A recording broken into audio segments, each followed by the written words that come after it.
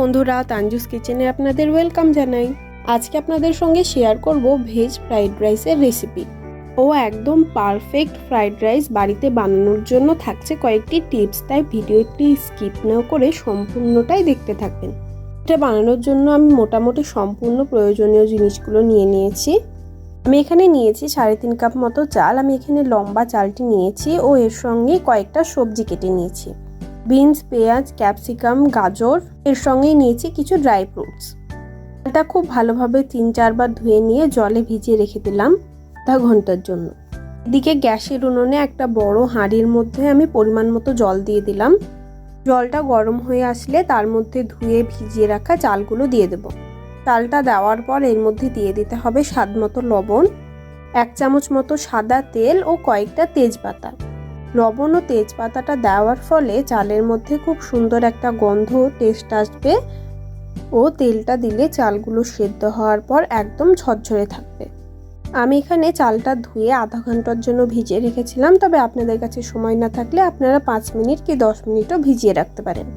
এবারে সমস্ত কিছু একটু নেড়ে চেড়ে নিয়ে ঢাকা দিয়ে রেখে দেবো। এটা যেহেতু ফ্রাইড রাইসের চাল, তাই আমি চালটা 80% সেদ্ধ করব। তবে বিরিয়ানির জন্য চাল সেদ্ধ করলে সেটা 90% সেদ্ধ করতে হয়। আপনারা যদি খুব অল্প সময়ের মধ্যে একদম পারফেক্ট সুস্বাদু চিকেন বিরিয়ানি বানাতে চান, তবে আমার চ্যানেলে এই রেসিপিটা দেওয়া আছে, আমি উপরে লিঙ্কটা দিয়ে দেবো, আপনারা সেখান থেকে দেখে নিতে পারবেন। 5 থেকে 6 মিনিটের মধ্যে আমার চালটা একদম রেডি হয়ে গিয়েছে। এটা 80% সেদ্ধ হয়ে গিয়েছে। এবার আমি মাঠটা ঝরিয়ে নেব। দেখতে পাচ্ছেন ভাতটা কতটা ঝরঝরে হয়েছে, একদম একটার সঙ্গে একটা লেগে যায়নি।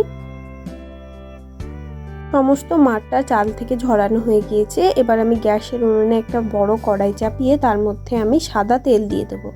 তেলটা হালকা একটু গরম হয়ে গেলে তার মধ্যে দিয়ে দেব 2 চামচ মতো ঘি।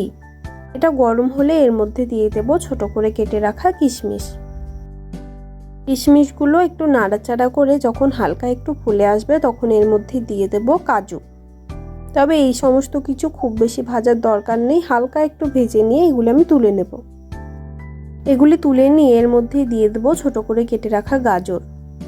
তেল ও ঘিটা একসঙ্গে দিয়ে সবজিগুলো ভাজলে সবজির মধ্যে কাঁচা গন্ধটা তো চলেই যায় এবং সবজির মধ্যে খুব সুন্দরভাবে ঘিয়ের একটা ফ্লেভারও চলে আসে। এবং তেল ও ঘিটা একসঙ্গে দেওয়া, এটা ঠান্ডা হয়ে গেলেও ঘিটা কিন্তু জমে যায় না। গাজরগুলো ভাজা হয়ে গিয়েছে। এবার আমি এর মধ্যে দিয়ে দেবো বিনস। তবে এই সবজিগুলো ভাজার পর অনেকটাই কমে গিয়েছিল। আসলে যে কোনো সবজি ভাজার পর অনেকটাই কমে যায়, তাই আমি আরও একটা গাজর ও কয়েকটা বিনস কেটে আবারও ভেজে নিলাম।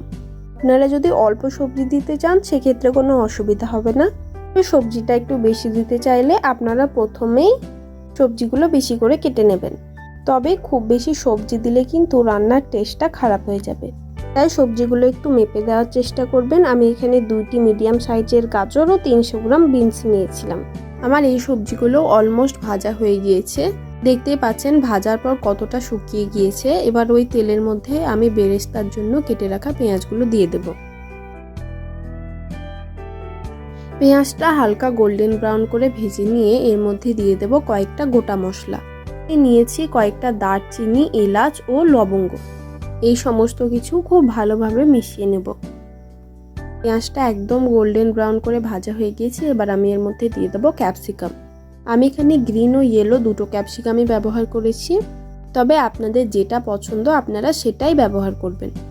এর সঙ্গে আপনারা আরও কিছু সবজি অ্যাড করতে পারেন, যেমন বাঁধাকপি, রেড ক্যাপসিকাম, এই সমস্ত কিছু। তবে আমার কাছে ছিল না, তাই আমি এগুলি দিইনি। ক্যাপসিকামটাও হালকা করে ভাজা হয়ে গিয়েছে। এবার আমি এর মধ্যে দিয়ে দেবো মাঠ ঝরানো চালগুলো। দেখতেই পাচ্ছেন মাছ ঝরানোর পরও চালগুলো কেমন ঝরঝরে হয়ে আছে।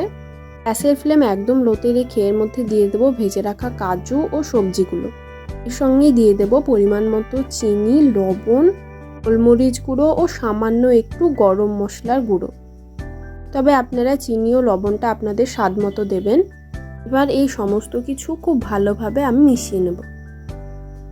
ফ্রাইড রাইস মানে চিলি চিকেন, তবে চিলি চিকেনের রেসিপিটা আমি আগে আপনাদের সঙ্গে শেয়ার করে দিয়েছি। এটারও লিঙ্ক আপনাদের সঙ্গে শেয়ার করে দেবো, আপনারা দেখে নেবেন।